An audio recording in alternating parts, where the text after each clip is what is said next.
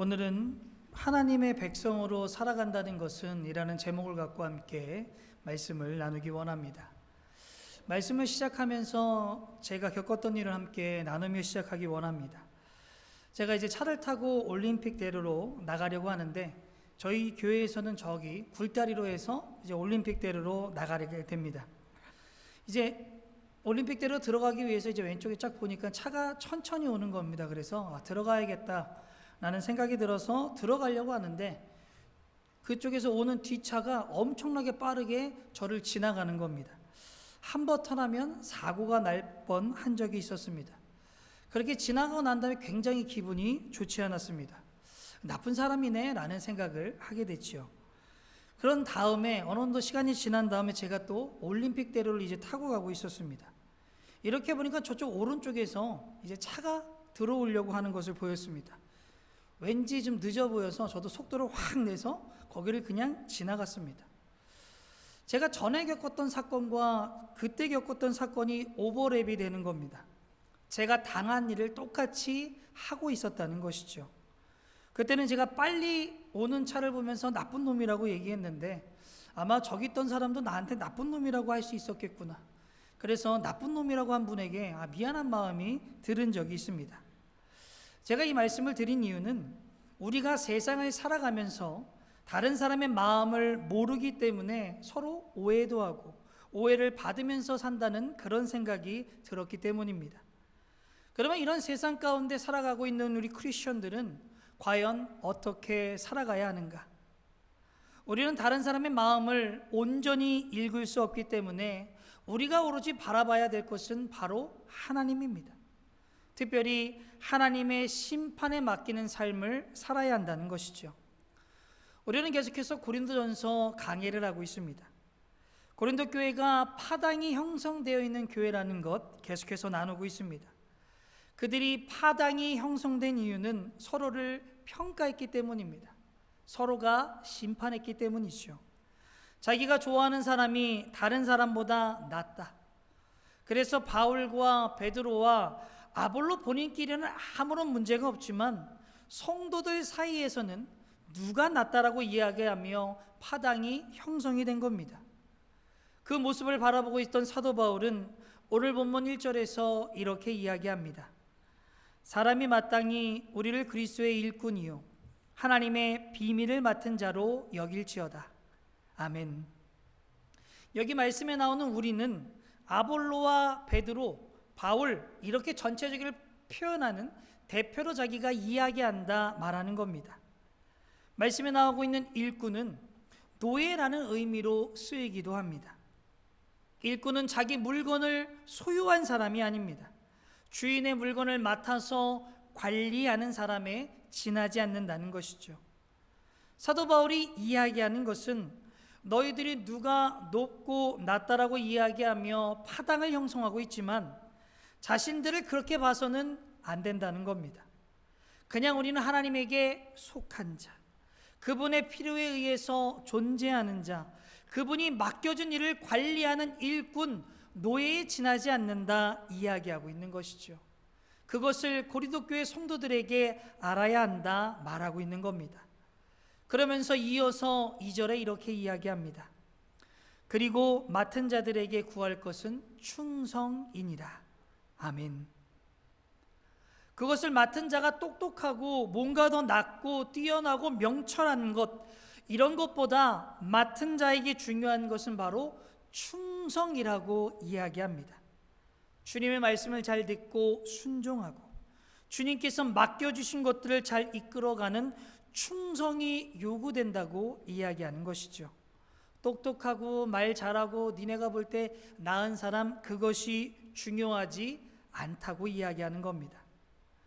그런데 만약에 사도 바울이 이 충성에 대해서만 이야기했다면 파당을 짓는 고린도 교회 성도들은 누가 더 충성을 한다, 내가 좋아하는 사람이 더 충성을 한다 라고 이야기하며 다툼의 여지가 있었을 겁니다. 그래서 사도 바울이 이야기하는 겁니다. 사람을 평가하는 것은 사람이 아니다. 하나님의 심판에 달려있다라고 이야기하는 것이죠. 심판은 하나님께 달려 있습니다.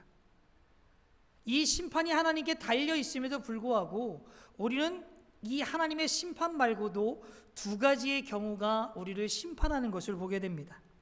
첫 번째는 이웃입니다. 우리는 이웃의 평가에 굉장히 좌지우지되죠.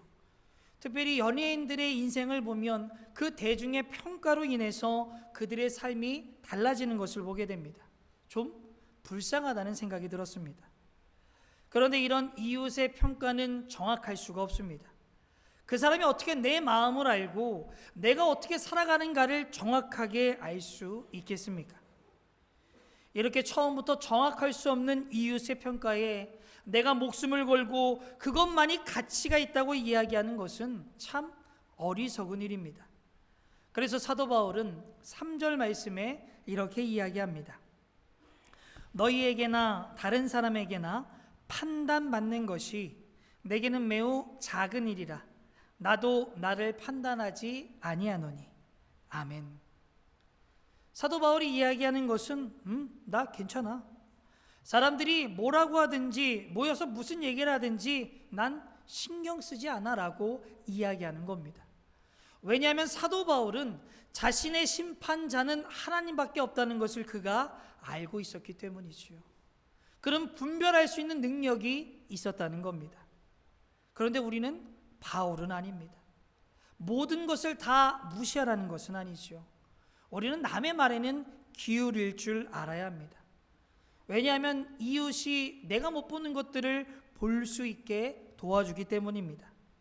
그렇다고 여기서 중요한 것은 완전히 그것이 다는 아니라는 겁니다. 그것을 다 믿어서도 안 된다는 거죠. 그 이웃의 평가에 내 모든 가치를 건다 어리석은 일입니다. 왜냐하면 이웃의 평가가 정확하지 않기 때문이죠. 두 번째 평가는 내 자신이 합니다. 그러면 나 자신의 평가는 과연 우리가 믿을 수 있는가? 그렇지 않습니다. 최근에 한참 떴던 테스트 중에 하나가 MBTI라는 것이 있습니다. 연예인들이 방송에 나와서 MBTI를 많이 물어봐서 그게 이슈가 된 적이 있죠. 저희도 수련회나 삼공부 OT 때에 하기도 합니다. 그것은 이런 성향이 이 사람에게 있다는 것을 우리가 알 수 있게 도와주는 기구죠. 그런데 이 테스트도 완전히 우리를 정확하게 알려주진 않습니다. 왜냐하면 어떤 사람은 자신감이 없어서 자신을 비하해서 다른 성향으로 나올 수 있습니다. 또 어떤 사람은 자신을 너무나 과대 평가해서 또 성향이 다르게 나올 수도 있다는 것이죠. 예를 들면 아내나 자녀들은 그렇게 생각하지 않는데 자신을 굉장히 좋은 남편, 굉장히 좋은 아버지라고 착각하며 살아가는 분들이 있습니다. 부부끼리도 그렇습니다. 주위에서 보기에는 남편이 훨씬 난 것 같아. 아내가 훨씬 난 것 같아 라고 이야기하지만 실질적으로 결혼의 어려움을 보면 주위에서 보는 것과 다르게 그 사람들의 인정받는 사람이 그 결혼의 문제를 만들고 있음도 발견하게 됩니다. 우리가 이것을 통해서 알 수 있는 것은 심판이라는 것은 우리가 할 수 있는 것이 아니라는 겁니다. 로마서 12장 19절 말씀에 보면 바울이 이렇게 이야기합니다. 내 사랑하는 자들아, 너희가 친히 원수를 갚지 말고 하나님의 진노하심에 맡기라. 기록되었으되 원수 갚는 것이 내게 있으니 내가 갚으리라고 주께서 말씀하시느니라. 아멘. 그 심판을 하나님께 맡겨라 이야기합니다. 그럼 왜 우리가 하나님께 그것을 맡겨야 합니까? 심판할 때에 우리는 모든 데이터를 가지고 있지 않기 때문입니다. 그래서 심판할 수도 없고 심판해서도 안 되고 벌을 주어서도 안 된다는 것이죠. 그렇다면 이런 마음이 들 때에 과연 우리는 어떻게 살아가야 하는가? 예수님이 말씀하십니다. 원수를 사랑하라. 그 원수가 여전히 못되게 굴고 마음에 안 들지만 그를 사랑하라고 이야기하죠. 이 사랑한다는 표현은 좋아해줘라 라고 이야기하는 것이 아닙니다. 원수를 사랑하는 것은 그의 필요가 있으면 그 필요를 채워주라는 것이죠. 그 원수가 여전히 마음에 들지 않습니다. 하는 짓 보면 영 아닙니다. 그럼에도 불구하고 그 원수가 배가 고프면 떡을 주고, 목이 마르다고 하면 물을 주고, 춥다 그러면 옷을 입혀주라는 겁니다. 그런 삶을 우리에게 하나하나 연습하면서 살아가라 말씀하는 것이죠. 그런데 이런 연습을 하는 것도 참 쉽지가 않습니다. 참 힘이 듭니다. 왜냐하면 그 원수에 대한 정의감이 우리에게 있기 때문입니다. 그런데 이런 정의감은 하나님께서 오셔서 그 사람의 잘못을 벌여주실 때에 채워지는 겁니다. 내가 원수를 갚아서 정의감이 이루어지는 것이 아닌 하나님이 해주시는 거죠. 이것이 바로 하나님의 백성이 사는 방법입니다. 그래서 우리는 모든 심판이 하나님께 맡겨져 있고, 우리는 정말 하나님의 충성된 종으로 종노릇하며 오늘 하루도 살아가는 저와 여러분이 되기를 주님의 이름으로 소망합니다. 우리가 어떻게 하나님의 백성으로 살아갈 것인가? 두 번째는 은혜 안에서 살아야 합니다. 우리가 은혜 안에서 사는 것이 중요하죠. 고린도 교회에서 파당의 문제의 근본적인 원인을 보면 여러 가지가 있지만 그 중에 하나가 바울에 대한 고린도 교인들의 비판이 있습니다. 이 고린도전서 전체를 보면 바울이 고린도 교회를 창립했음에도 불구하고 바울에 대해서 부정적이고 비판적인 그룹이 생겨났습니다. 그리고 그들이 교회에 영향력을 끼치기 시작하는 것이죠. 그래서 바울이 곳곳에서 보면 자기 자신을 변호하는 내용이 굉장히 많이 나옵니다. 스쳐 지나가는 것 같지만 중간중간에 그 이야기를 하면서 자신에 대해서 이야기한다는 것이죠. 그럼 왜 바울을 비판하는 자들이 그곳에 생긴 것일까? 그것은 아이러니하게 그들이 은혜를 체험했기 때문입니다. 이 사람들이 처음부터 바울을 비판했던 것은 아니죠. 고린도전서 1장 26절 말씀에 보면 그들의 모습에 대해서 나옵니다. 형제들아, 너희를 부르심을 보라. 육체를 따라 지혜로운 자가 많지 아니하며 능한 자가 많지 아니하며 문벌 좋은 자가 많지 아니하도다라고 이야기합니다. 별로입니다. 그냥 그렇죠.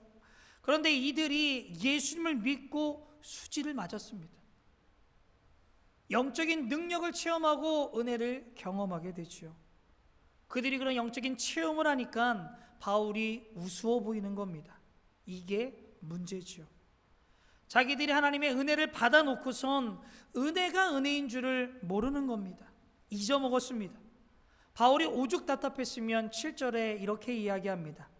누가 너를 남달리 구별했느냐? 내게 있는 것 중에 받지 아니한 것이 무엇이냐? 내가 받았은즉 어찌하여 받지 아니한 것 같이 자랑하느냐라고 이야기합니다. 니네 다른 것도 없고 니네가 만들어낸 것도 없는데 왜 그러냐는 겁니다. 그들은 은혜가 은혜인 것을 잊어먹은 거죠. 그렇다면 우리가 은혜 안에 산다는 것은 과연 무엇인가? 우리가 가진 것을 자랑하지 않는 겁니다. 정말 내가 가진 것이 받은 것이다. 그것으로 내가 은혜를 누리는 거다 하면 우리는 자랑할 수 없습니다. 그런데 이것을 잊어먹은 사람들이 그 다음부터 자기가 성취한 것처럼 자랑하기 시작합니다. 그러면서 은혜를 잊어먹으니 그의 삶에 부정적인 일들이 계속해서 일어나는 것이죠. 우리가 은혜를 잊고 자랑을 하다 보면 그 다음에 따르는 것이 남에 대한 비판입니다. 교만한 사람과 교만하지 않는 사람을 구분하는 방법은 비판하는 것을 보면 합니다. 비판을 많이 하면 교만한 사람입니다. 자기를 자랑하는 거죠. 그러니까 남을 비판하는 겁니다. 못하니까. 그렇게 남에 대한 비판을 계속 하다 보면 그 다음에 따라오는 것이 바로 두려움입니다. 왜냐하면 내가 가진 것을 내가 성취했기 때문에 그것을 유지해야 된다는 책임감이 있습니다. 그러니 불안합니다. 그것을 상실할까 봐 그 두려움에 떨게 된다는 것이죠. 이것이 바로 은혜를 잊어먹은 사람들의 특징입니다. 그런데 은혜 안에 사는 사람은 반대입니다. 우선 은혜 안에 사는 사람들은 감사의 삶을 삽니다. 우리가 은혜라는 것이 무엇입니까? 내가 자격이 없는데 일반적으로 베풀어 주시는 하나님의 사랑입니다. 내가 가진 것이 없지만 내가 가진 것은 하나님께서 주셨다는 겁니다. 나 같은 사람에게 어떻게 이런 복을 주십니까? 그렇기 때문에 감사할 수밖에 없다는 것이죠. 이렇게 은혜 가운데, 감사 가운데 사는 사람은 그 안에 자유함이 있습니다. 왜냐하면 내가 성취한 것이 아닌 하나님이 주셨기 때문에 이것을 유지하고 발전시키는 것도 하나님이 해주시는 겁니다. 하나님께 맡기니 우리의 마음이 자유할 수밖에 없다는 거죠. 제가 신학교를 가고 대학원을 졸업하면서 그때의 두 가지 길이 있습니다. 하나는 단독 목회를 나가거나 이제 수련목을 하는 거죠. 제가 충청도에 내려가서 이제 단독 목회를 하기 전에 대부분 서울에서 수도권에서 전도사 생활을 했습니다. 제가 충청도로 내려간다는 얘기를 듣고 저와 친한 선배들이 저를 불렀습니다. 그러면서 저한테 이렇게 얘기했습니다. 너 충청도에 내려가면 절대 서울에 올라올 수 없다. 그러니까 충청도 가지 말고 서울에 있으라는 겁니다. 아마 그 당시에 서울에 남아있는 것이 가장 좋은 것이라는 생각이 그분들이 있었던 것 같습니다. 선배들이니까 뭐라고 얘기하진 못하고 그냥 단순하게 얘기했습니다. 하나님의 사역, 목회의 자리가 있으면 나는 섬이라도 갑니다. 그런 말들은 감사하지만 저는 그냥 가겠다라고 이야기했습니다. 그렇게 하나님의 은혜로 충청도에 단독 목회를 나가고 4년이 지난 다음에 또 하나님의 은혜로 이 영등포 제일교회에 오게 됐습니다. 아마 그 선배들이 저를 볼 때에는 저놈 서울에 왔네라고 생각을 할 겁니다. 제가 서울이라서 이 교회로 온 것이 아니라 하나님께서 저를 은혜 가운데 이곳에 보내주셨기 때문에 이곳에 올 수가 있었습니다. 아마 이 교회가 영등포에 안 있고 대전에 있거나 부산에 있거나 어디 촌에 있었어도 하나님이 보내시면 가는 겁니다. 저에게 중요한 것은 하나님의 보내심입니다. 하나님이 가장 중요한 것이죠. 그렇다 보니 제가 어디로 옮길 때에 그 부르심은 자유롭습니다. 국한을 시켜놓으면 거기만 갈 수 있는데 그것을 하나님께 맡기면 우리가 자유할 수 있다는 것이죠. 중요한 것은 하나님이 저를 은혜로 써주신다는 겁니다. 우리가 그것에 대해서 최선을 다해 나아간다면 하나님이 길을 예비하여 주신다는 거죠. 그렇게 우리가 은혜 가운데 살아갈 때에만이 우리의 삶에 자유함이 있습니다. 정말 여러분이 가지고 있는 것이 내가 획득한 것인지 하나님의 은혜인지를 잘 생각하셔서 은혜라는 생각이 드신다면 그 은혜를 잊지 말고 정말 그 은혜 가운데 하나님의 은혜로 말미암아 살아가는 저와 여러분이 되기를 주님의 이름으로 소망합니다. 우리가 하나님의 백성으로 살아가는 사람, 또한 은혜 안에 살아가는 사람은 자기 자신을 자랑하는 것이 아닌 고난을 자랑하며 살아갑니다. 고난을 자랑하며 살아가게 되지요. 오늘 본문 11절에서 13절 말씀 함께 읽겠습니다.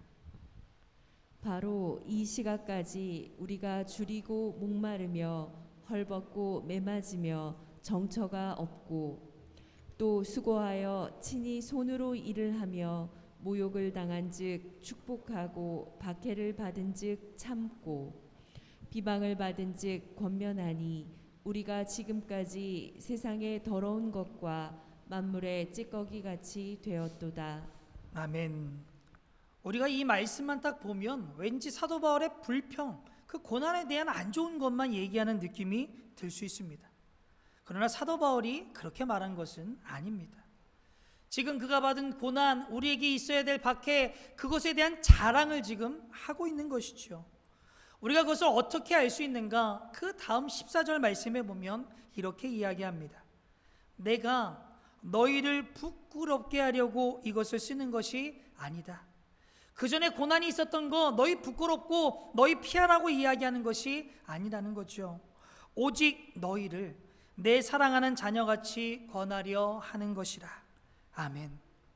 그 고난이 좋은 것이기에 너희에게도 권한다는 겁니다. 우리가 하나님의 백성으로 겪는 이 고난, 역경은 그것 자체가 좋은 것은 아닙니다.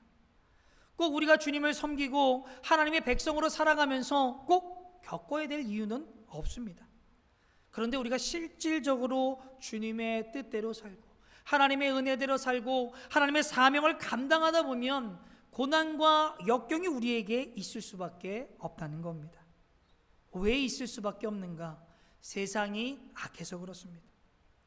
악한 사람은 어떤 사람이 선하게 살려고 하면 선하게 살려고 하는 사람 때문에 자신의 악함이 드러나기 때문에 그 사람을 미워하고 방해하고 말살시키려 하는 마음이 있다는 겁니다. 제일 좋은 예가 예수님 아닙니까? 인류를 구원하기 위해서 오신 예수님. 예수님은 세상에 오셔서 남에게 욕한 적 없습니다. 남을 다치게 하신 적이 없습니다. 아프면 치료해주고 선을 베풀었는데 세상은 예수님께 어떻게 합니까? 십자가에 못 박아 죽입니다. 그래서 예수님께서는 요한복음 15장 18절 말씀에 이렇게 이야기합니다. 세상이 너희를 미워하면 너희보다 먼저 나를 미워한 줄을 알라. 아멘. 우리가 고통과 역경이 무슨 가치가 있는 것도 아니고 신앙생활하면서 꼭 이러한 것들을 겪어야 되는 것도 아니지만 우리가 세상에서 주님의 뜻대로 주님의 은혜 안에 살아가다 보면 고난과 역경을 당하지 않을 수 없다는 것이요. 세상이 악해서 그렇습니다. 그렇기 때문에 우리가 인생을 살아가면서 고난과 역경을 받으면 내가 올바로 살고 있다는 증거로 삼으시면 됩니다. 내가 잘 가고 있구나. 기가 막히게 내가 가고 있으니까 괴롭히는구나.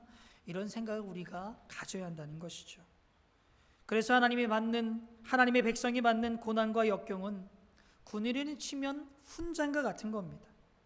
훈장이 있기 때문에 하나님 앞에 섰을 때에 그것에 상응하는 보상을 받지요. 그것이 바로 상급입니다. 그래서 사도 바울은 우리가 주를 위해서 받는 고난이 얼마나 큰 특권인가를 이야기하며 빌립보서 1장 29절에 이렇게 이야기합니다. 하나님께서는 여러분에게 그리스도를 위한 특권, 즉 그리스도를 믿는 것뿐만이 아니라 또한 그리스도를 위하여 고난을 받는 특권도 주셨습니다. 아멘. 고난을 받는 것이 특권이라고 이야기합니다. 왜 고난을 받는 것이 특권입니까? 천국의 상급이 쌓이기 때문입니다. 그렇기 때문에 신앙의 선배들은 고난을 받을 때에 기뻐할 수 있었다는 것이죠.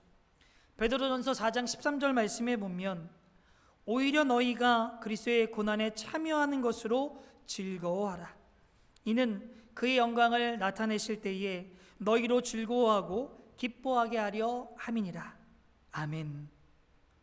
우리는 주로 인해서 받는 고난과 역경을 자랑하고 훈장처럼 생각하며 이것으로 인해 기뻐하시길 바랍니다. 고린도 교회 성도들은 가진 것을 자랑할 줄 알았습니다. 은사를 많이 받고 많은 역사가 나타나고 참 복된 것이다 라고 자랑했습니다. 그러나 그들은 고난을 자랑할 줄 몰랐습니다. 그래서 그들을 가르쳐 사도 바울이 어리다라고 이야기한 거죠. 영적인 역사, 은혜 그런 것을 보면 그들이 정말 성장한 크리스천 같지만 고난을 자랑할 줄 모르기 때문에 그들이 희생과 그것을 감내할 수 없기 때문에 사도 바울은 어리다라고 이야기하는 겁니다. 우리 교회를 보면 그래도 주를 위해 고난을 감당하는 분들이 많음을 보게 됩니다. 예를 들면 저는 목장 지도자리 아닐까 생각합니다. 목자님들을 보면 남들에게 아쉬운 소리 할 필요가 없습니다. 남에게 싫은 얘기할 필요도 들을 얘기도 없죠. 그런데 목자가 되어지니까 12절 말씀처럼 되는 겁니다. 손으로 일하면서 고된 노동을 이야기합니다. 목녀님이 식사 준비하는 것들을 이야기하죠. 우리가 욕먹으면 도리어 축복하여 주고 박해를 받으며 참는다 이야기합니다. 목자가 안 되었으면 그럴 필요가 없습니다. 목자가 되어서 남의 구설수에 오르기도 하고 자기가 잘못하지도 않았는데 먼저 가서 사과도 하고 목장하는 날 되면 우리 목원들이 안 오면 어떻게 하나 마음을 졸이기도 합니다. 이것이 다 주를 위해서 받는 고난과 역경입니다. 그것이 바로 훈장이고 여기에는 하나님의 보상이 따른다는 거죠. 제가 한 간증을 들은 적이 있습니다. 가구 사업을 한 18년 정도 하신 분인데 그 해에 너무 사업이 안 됐다고 합니다. 그래서 본전이 안 돼서 카드에 빚을 지면서 살아가고 있다고. 그런데 이분이 이 어려움을 타개하는 방법 하나가 있다고 합니다. 바로 주일날 가게 문을 열면 된대요. 그래서 이제 왜 가게 문을 안 여냐 물어봤더니 하나님과 한 약속이 있기 때문에 자기는 주일 문 열지 않는다는 겁니다. 그러면서 다니엘서 3장의 말씀을 갖고 인용을 합니다. 다니엘과 세 친구가 풀무불에 들어갔지만 하나님이 그들을 구원한 것처럼 하나님 앞에 내가 약속한 것이 있기 때문에 사업이 망할지라도 하나님께서 더 좋은 길을 열어주시지 않겠느냐, 그래서 자신의 마음은 편하다라는 이야기를 들었습니다. 이 간증을 들으면서 마음이 찡한 겁니다. 주일 문을 여나 안 여나 이건 별로 중요하지 않습니다. 주일에 문을 열던 열지 않던 그것이 뭘 중요합니까? 그런데 이 분이 저의 마음을 움직였던 이유는 하나님께 충성하고자 하는 마음, 그리고 그것을 통해서 큰 희생을 치를 각오가 있다는 것, 제 마음을 움직였습니다. 그분을 바라보는 하나님은 얼마나 기쁘실까? 우리가 하나님의 백성이기 때문에 이러한 것들이 우리가 다는 훈장입니다. 고난과 역경과 희생, 다른 사람은 다 모를지라도 하나님은 아십니다. 그것을 하나님께서 갚아주십니다. 우리는 이것을 볼 필요가 있다는 것이죠. 우리의 삶은 어떠하십니까? 나는 예수님을 믿기 때문에 이런 고난을 받는다. 나는 예수님을 믿기 때문에 이런 희생을 치르고 있다. 이런 훈장이 있으십니까? 만일 그러한 것이 없다면 주님이 오실 때에 정말 불난 집에서 맨몸만 빠져나오는 자기만 간신히 구원받는 사람이 될 줄 모릅니다. 많은 사람들은, 많은 크리스천들은 하나님의 상급을 받는데 나는 그 상급을 바라보면서 정말 부끄러운 모습으로 그곳에 서 있을 수도 있습니다. 이런 얘기를 드리면 구원받는 게 중요하지 뭐 상 받는 게 그렇게 중요하냐 이야기할 수 있습니다. 그런 분들 한번 생각해 보기를 원합니다. 상이 중요하지 않는 이유, 우리가 상급을 쌓지 않는 이유는 천국과 지옥을 믿지 않기 때문이 아닌가 생각을 해보길 바랍니다. 우리 주님께서 천국과 지옥 얘기를 하실 때 늘 상급에 대한 얘기를 하십니다. 상을 중요하게 여기지 않는다. 천국과 지옥을 믿지 않기 때문이 아닌가 생각해 보길 바랍니다. 정말 나는 주님 앞에서 훈장을 달고 살아가고 계십니까? 주를 위해서 받는 손해, 주를 위해서 받는 고난, 주를 위해서 받는 핍박 우리에게 있는지 생각해 보고 내가 그러한 것이 없다면 스스로 희생을 선택하고 고난을 선택하고 핍박을 선택하셔서 하나님 앞에 칭찬받고 많은 상을 받는 저와 여러분이 되기를 주님의 이름으로 소망합니다.